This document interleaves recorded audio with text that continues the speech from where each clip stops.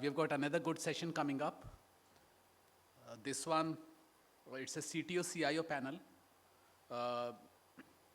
building a modern technology stack, the next phase. We've got 4 folks who are part of this panel discussion. We have got Kirti Patil, we have got Sudeep Chatterjee, we have got Pankaj Pandey, and we have got Salil Chugh who are joining us. A brief. Kirti is the CTO of Kotak Mahindra Life Insurance. She's a member of Kotak Life's executive management team. She's joined the organization in 2003. She's an advocate of women's empowerment. Then we have got Sudeep Chatterjee. Sudeep is the country commercial director at Duck Creek Technologies. He leads the India business and also the APAC partnership function. He's got a career well over 2 decades. He's partnered with large enterprises, including Fortune 500 companies, in helping transform their process journeys, their digital journeys. We've got Pankaj Pandey, CIO, SBI General Life. Pankaj is the CIO at SBI General. He's a veteran of the insurance industry, close to 26 years across life and general.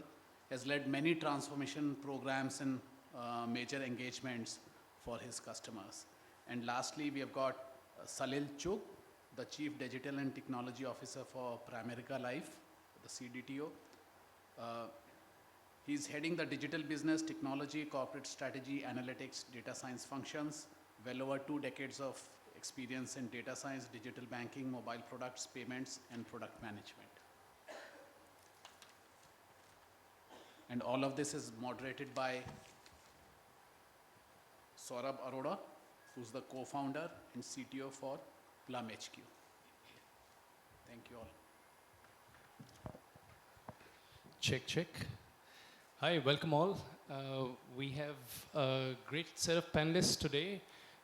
This is probably the only panel which has all CTOs. So welcome all of you. We are talking about systems, we are talking about building technology from CTOs and CIOs lens. We'll cover challenges around organizations, challenges around change management, and eventually building for modern tech stacks, building for what the consumer demands today from insurance companies, and also opportunities of building integratable or interoperable ecosystem where the whole ecosystem, including startups and insurers and service chain value providers, could all work together. So I'll kickstart the session, and this is with Kirti. Kirti, if you could, you've had more than a decade of career spanning only in Kotak Life, recently in Kotak Life, and you've led through many digital transformation journeys at Kotak Life. Could you share with us how are we doing today, carrying from what we built in the legacy systems, and now you're walking into a modernizing your systems. So could you give us some insights of how this transformation journey is going on? Hi everyone, am I audible? Yeah, I am. Thank you, Saurabh, for that question. So I've been in Kotak Life for close to 20 years, okay? So like the systems, I am also maybe legacy. But it is really a different situation for us, and Pankaj will also resonate with what I am saying, unlike most of you here who are from the startup ecosystem, including Saurabh, you and Sudeep. Lot of legacy, okay? Lot of legacy systems, and we carry some of that legacy even today. And if I have to start with the core policy admin system, it runs on the mainframe, right? And most life insurers are using that same system, right? So the first thing that we started doing when we said that we have to modernize and build solutions for today's world is that we have to hollow the core. Okay? So we've hollowed the core, right? So started building more and more solutions outside of the core. So the basic premium computing happens in the core. And we started building. Started for customer experience, customer onboarding, claims processing, everything, right? And those we built 6-7 years ago, maybe more than that. Those are also legacy, right? Because at that time also, while they were not running on the mainframe, they were built on-prem for a completely physical, completely internal use, right? Then we said we have to build for today, right? We have to modernize. We said whenever we want to change a process, right, we are not going to only look at the process, but we are really going to look at the technology. And we said philosophically, whatever we build new, we will build in the modern way, right? So we said mobile first, API first, microservices first, a few years ago. Okay? We are on-prem primarily. Even today, 80% of our workload is on-prem. We said we may not go to the cloud because of other reasons, but what we build will be built for the modern world. Right? And that's when our journey started.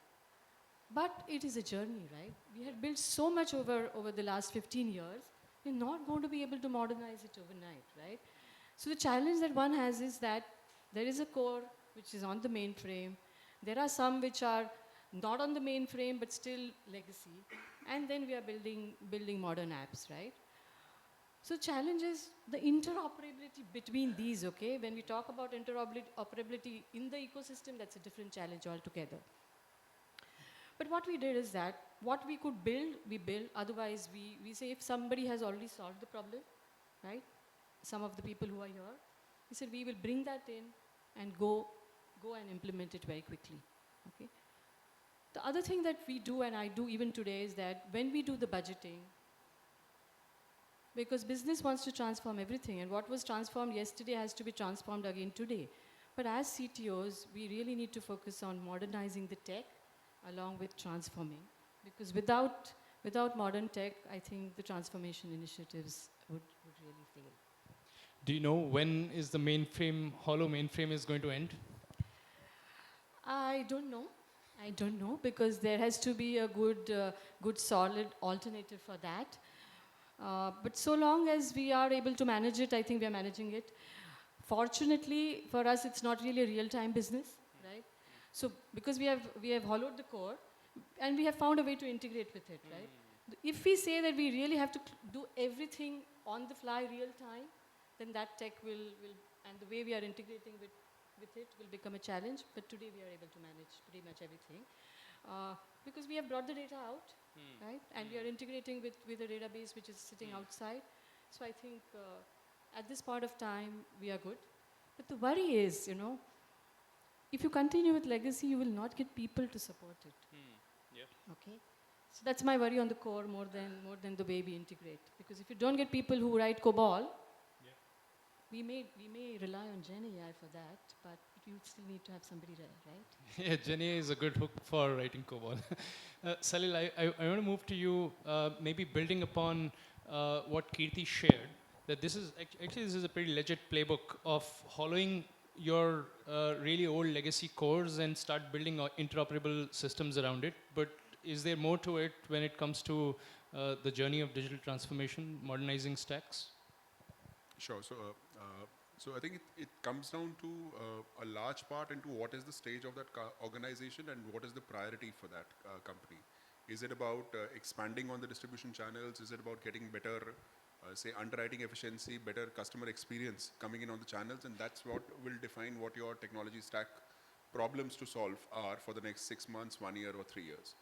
So, for example, in the case of Pramerica Life, a company that's been focused in a large way on defense and paramilitary and building for life insurance solutions for that customer base. And we've been doing that for the last 15 years in a big way. Now we are expanding in a big way into the civilian segment. And as we are doing that, we are wanting to build new multiple channels there. So the whole focus right now is the distribution stack. And there, yes, we will have the constraints of the policy administration system and the underwriting system, but as long as you have, as Kirti rightly mentioned, about having a middleware which can actually integrate in terms of microservices and get those solutions coming out, whether it's an API integration that I want to do with my partner, or building a mobile app which my agents can use, or building out further deeper integrations with brokers or other customer segment or other client segments. As long as that is available, that's perfectly fine. And that's something that that's the way at least we are looking at this, that there is this whole stack that we want to ensure quality and robustness, because that's where the whole promise is being held, which is our policy admin system. And you have this other stack where you are focusing on agility and speed and build faster speed to market, because that's where you can be competitive in the market. So that's the way at least we are going about it. So a lot of the modern technology, modern agile way of building is actually happening on the other side. Whereas on the first side, it's more about governance. It's more about whatever products I'm delivering. Yes, I may be taking a month to come out with that product, but I now want to ensure that I get it first time right, so that I don't need to go back to my policy admin system. So that's the way at least we are defining the KPIs or the metrics for these two different teams. That's how we are doing it. Got it. I'm very clearly hearing time to market is something which you're definitely optimizing for. Yes. Yes. Sudeep, we could move to you. You've, as part of Duck Creek, you have served global customers. Could you help us draw some comparisons or variance between how Indian versus the American, US, your primarily the market have been US, so how the US insurers and Indian insurers, and what is the variance in the tech adoption? And maybe also if you could touch upon what are the core components that we have to digitize or modernize when it comes to the service design blueprint of insurance industries? Sure, thank you, Saurabh, on that. So I'll just kind of take a cue from Salil on the kind of point he mentioned, that what is the kind of deciding or the driving principles, and probably for most businesses, there are top 4 or 5 kind of principles. From a customer acquisition perspective, customer experience, right? How do you enhance that through better segmentation, better product fitment and stuff? Then you're looking at how do you kind of manage claims, reduce the cost of claims? How do you enhance the risk? Can you speak a little? How do you enhance the risk from an underwriting perspective? And then how do you kind of drive all this together and do it at a scale and speed? Right? The speed to market is very critical out here, right? That's typically the driving principle when you go back and talk to any customers, whether it's in India or anywhere in the world, right? So from that perspective, when you're looking at the services blueprint from an insurance organization perspective, I think Kirti kind of rightly alluded to that, Salil touched upon that, and I'm sure Pankaj will kind of come to that, but essentially you're looking at an integrated operating model and an enterprise architecture that drives towards automation, and then also adaptability and adoption of digital kind of adoption of tools and partnerships and frameworks, and that driving towards an interoperable model, right? I mean, we talked about the open API kind of framework or the API gateway kind of allowing that kind of infrastructure to happen and exist in the market. Now, when you start looking at it from an US versus India or any other matured market, right? And yes, we are getting there, but yes, they have been early adopters. I think there are some stark kind of differences that will come to notice. I mean, yes, I mean, in the developed countries, the adoption of hyperscaler is quite high, right? They have moved into cloud. When we talked about like core, they have already moved into the cloud probably 5-6 years back, and that has now scaled at a large level, and that gives them a significant compute power. They really don't have to think about it anymore. The scale at which they can operate is quite high, right? Similarly, when you start looking at it from some of the other driving technology, if you look at it from motor perspective, the use of data in that model, the availability of the data in the ecosystem is quite high. I mean, it's very organized, right? If I want to access any information about a car, I can really go and get it. Can I do that in India? No. Here, I think insurance companies are even struggling to collaborate with the OEMs because they are refusing to share data with the insurance companies, right? There are a few where you get that collaboration happening today with the InsurTechs, but that's a level of challenge we face in this market. You don't have one source where you can go and get that data. Well, again, government initiatives, the regulatory initiatives are happening where they're providing that kind of framework today. Particularly on the health side, a lot of work is happening, so you will have access to that data, and it will drive that scale going forward, helping you on the underwriting side, claims processing. Everything will become simpler with that. Yeah. But we're struggling on that, right? So, till some time back. Similarly, certain other areas like adoption of AI, and I think in the last year, 2 year, particularly with the advent of ChatGPT, Bard, it has really picked up in India, but again, that discussion was quite high in that part of the world. And then use of metaverse. I mean, probably we have not seen that here, but at least kind of conceptually that is still happening there.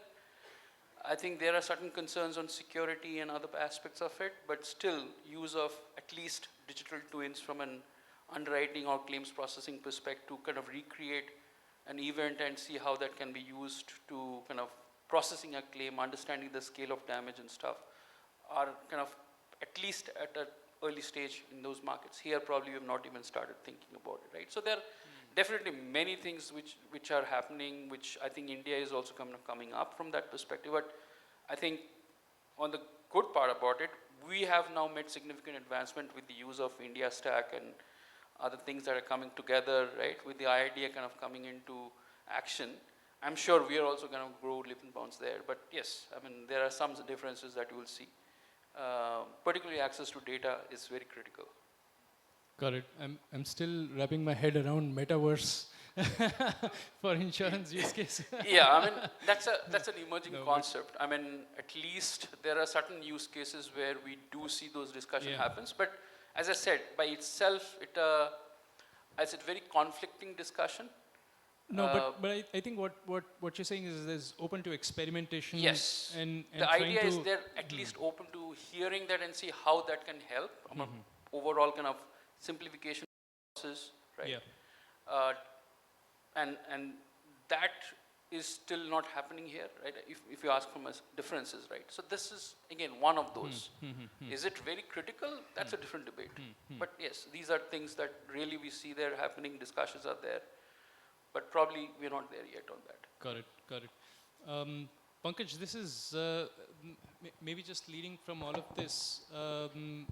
If you could share how you're looking at your roadmaps at SBI General Insurance and give us some flavors of modernizing tech stacks and what is in the roadmap ahead for you. So as you know, the digital transformation that now we have been talking for a decade now, right? And more or less all companies have done transformation to a good extent.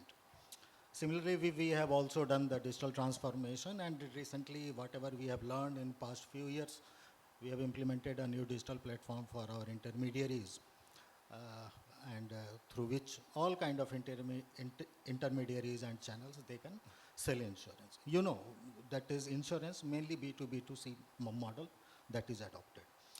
And being in general insurance, the kind of distributors we have, it is a vast arena. So a large number of and type of distributors, and mostly transactions are real time. So the pressure is high. So that we have to do. Here I want to mention about the IRCTC that we have done. And through IRCTC ticket, we are booking a large volume of tickets every day, and that has to be real time. So that is also the platform we have that is supporting. Could you elaborate? What are you doing with IRCTC? Like in IRCTC, when a passenger books a ticket, he has option to take insurance also by just making a click in the checkbox. So what happens that as soon as ticket is booked, then the data comes to us, and then we issue the ticket, and the email and SMS goes to customer. So in email, the insurance certificate goes. And then customer has to come to our portal to do nomination. So then the process is completed. Now, the next stage is now what to do next. Now, the digital transformation is happening, and now the whatever systems, the internal, external, that we are maintaining. Now, to take the next step in our organization, we are putting emphasis on the innovation part. And for innovation, we have established a Digi Lab, where we have put the youngsters. Why we are putting youngsters? Because they don't have any baggage of industry or company or anything. They can think freely, okay, beyond, without any boundary. Because if you work 10 years in a company, you start thinking like something. This is another way to think anti-legacy, right? Yes. So we don't want to think in a typical mold. So think openly, and what they do, they explore. They explore what are the new technologies are available, what are the new solutions are available, and start thinking from the first principle that if we have to achieve that, how we can achieve that, and which are the technologies which can make us achieve that, right? So that is what they are doing. They are, and many InsurTech companies and startups, they also meet, they explore, and that works in a ETPR model. ETPR is evaluate, test, do POC, and then roll out if after taking the buy-in from the stakeholders. So that is what we are focusing on. We are already having 3 years ago we had established a COE for RPA, and right now we are in the process of establishing a COE for AI. Got it. So these are the developments that is happening. Got it. And one thing I want to mention here especially, the way we were developing and we were looking at technology has changed. Earlier we were cooking food for whatever ingredient was available in our cabinet, or whatever vegetable we were growing in our yard. Now there are so many external services, entities, and the way we design our solution, the way we introduce functionalities in our system, and the way the systems will perform depends upon many external entities also. External entities, I mean, like we are having like PAN authority, NSDL, or SARSAI, or Vahan portal. We are having National Health Exchange. We are having account aggregator. So there are so many. And with all mixing all these ingredients, we have to create solution. So that is what we are looking at. And sometimes what looks like a burden, sometimes that becomes an enabler. Right? Just to give an example, if we have to authenticate SARSAI, that is a regulatory obligation on us. At the same time, we get customer data ready-made available to us. Customer doesn't have to do data entry. That becomes enabler. So there are plus minus side of all the things, and we are trying to exploit all these things. Got it. No, I think the messaging is clear. SBI General is investing in a lot of innovation through some sort of a lab model, which you mentioned, which is evaluating new technologies and then looking at the integrating readily with India Stack. I think it's a very forward look for the roadmaps. Kirti, because we are talking about startups, I just want to understand how many of the audience here are InsurTech companies. If you could raise your hands. So almost about 60%, and another 20% coming soon. How should InsurTechs, how should startups approach insurance companies for working together, for integrations? What are your criterias when you decide that you want to partner with a startup? And I think you touched upon this idea of interoperability between your core systems and your internal services, but how do you look at interoperability between the ecosystem itself? So first, for me, any partner, right? Be it a erstwhile enterprise IT company or a startup. For me, it is the chemistry, right? So the values have to first match. Okay, that's one. Two is the solution. Of course, we are here to solve a business problem, right? So for my message to the startups is, and Pankaj did mention that we are building modular solutions, right? We can't transform everything together. Now, if we want to solve a small problem, and you approach us or we approach you, but you have 3-4 more solutions around it, right? But I want only one. So you need to have the ability to offer me what I want. Okay? Otherwise, if you try to push what you have, it is not going to work. Okay? You should work with us to solve our problem. That's number one. Number two is, of course, POCs we spoke about, and most of you are open and willing to do the POCs. But how can we do the POCs quickly? Because time to market, everybody mentioned, is very, very critical today, right? We can't take a very long time to do POC. So if there is some setup available, which you also come and say that here you can do the POC, a sandbox environment where your data will be safe, and you can do the POC here. Otherwise, I have seen that we take so much time to do the POC. This is the second point. The third point is, right, while you have built a solution, when it comes into our ecosystem, it becomes an enterprise application. It has to maybe handle the volume that Pankaj mentioned, and in our case also, when we talk of microfinance, we want to upload, say, lakhs of records in a few minutes, right? So is the solution capable of handling those kind of volumes? Have you built in the observability that we want? Is the other thing that one would look at. But I think we are doing fairly a good job there. But you need to, I mean, your business development teams should start interacting with us. The other thing that you may face a challenge is in some of the organizations, because like I said, with legacy systems, we also have legacy people, and you are building something on modern stack. So the conversation may be Latin, Greek, right?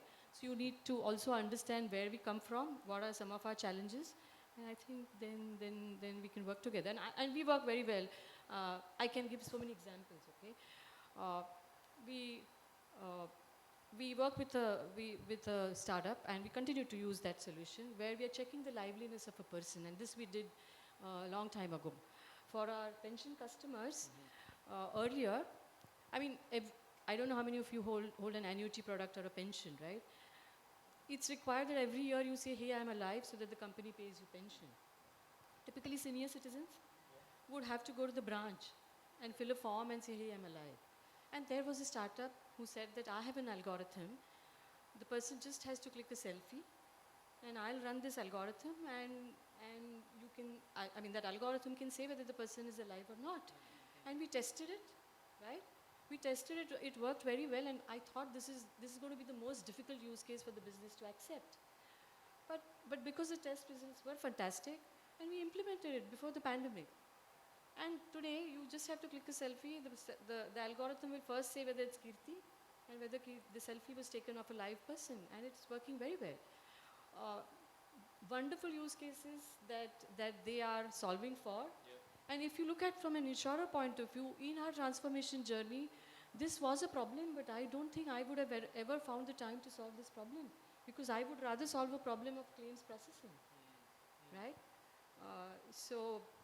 I think it's a great opportunity for them and for us to work together. No, I think what the guardrails that you shared are something very we could definitely keep a note of, and it also serves as sort of a playbook for insurance companies to allow for a sandbox environment within to allow for experiments with emerging startups, emerging tech. Just one thing I missed.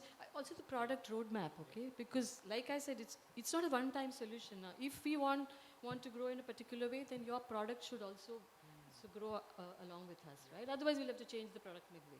Yeah. Absolutely. I think we're almost towards the end.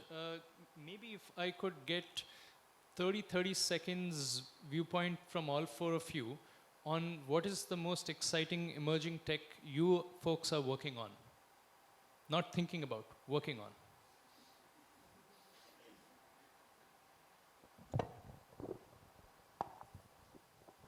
Shall I start? Okay. See, I said that we are working with a major company to set up a COE for Gen AI. You can say AI, there are different kind of AI, so it is mixture of all the things. What I personally believe that AI is going to be the major explosion, the next major explosion. In my opinion, the last major explosion was the mobile internet coupled with a smartphone. That gave birth to a many new kind of business models and actually businesses. And it's changed the way we live actually. Okay, lifestyle has changed. Gen AI is the next big thing that I believe it is, and we are invested into it. We are going to exploit it. Got it. Salil? So I think something related, it's about how you can use AI to assist our service staff in solving for problems. That's something that we are focusing on a very specific phase. And also around what you can do, there's a lot of potential, at least in life insurance, around what you can do before a customer or a potential prospect becomes a policy holder. So there's a lot of things that can be done using AI, which can, a lot of learnings from wealth management and lending also, where you can do a lot of interactions with the customer to get them onto to buy the life insurance product. It's about simplifying the communication. It's about what you can do to engage and customize for that particular persona. A lot of interesting stuff that can be done there. So yeah, we're working on that. Got it. So the new feature coming to Duck So I think AI is definitely there, so I'll not go there. It's a expected kind of requirement, right? By default, when you talk to a customer, they expect you have it, right? So that's definitely there as a next big thing, and it's already available, it's getting improved. But I think what we're trying to focus on from a business outcome perspective, and then because we are a core platform for general insurance companies, right? And challenges that we see from companies is as speed to market is typically the biggest issue, right? Of course, there's a legacy issue which is kind of holding them back. Transforming that legacy is a challenge, right? The change management around is a challenge. But typically when you're looking at it from a speed to market with whatever technology they have or thinking about is a challenge. So that's where we have to rethink the entire construct of how you can enable that when you're conceptualizing a product, whether it's a full-scale product where you license or it's a use and file kind of product, how can you make it in a matter of days?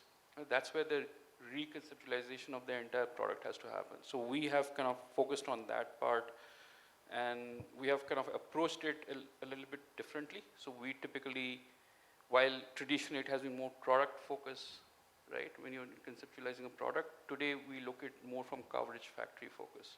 So we typically look at building coverage libraries and then take that through matter of inheritance into building and designing a product, which means now if I am designing a product, all the coverage factories are available, at least 95, 96% of it. I can enable that.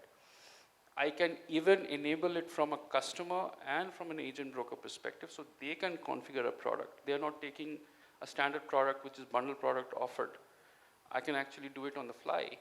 The pricing typically is determined based on the coverage factory you have selected, and you can offer the customer what they actually want. I mean, that's what I think when Kirti was talking about, right?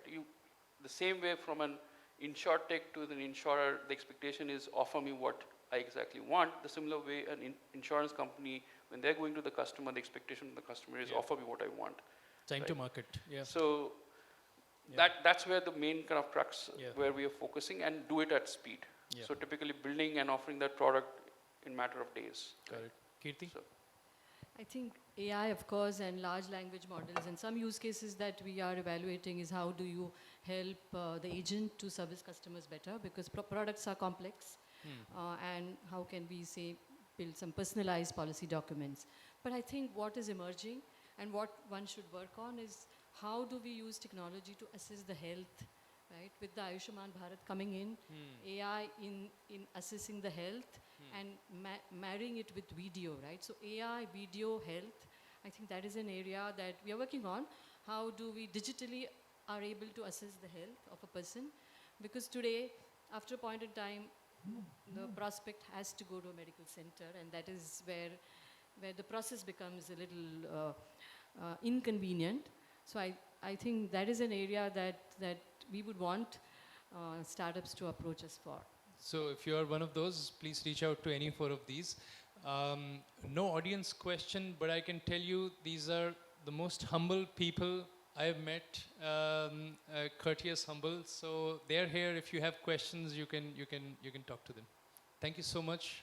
Thank you, panelists. Great conversation. Hope everyone learned something. thank you. Thank you.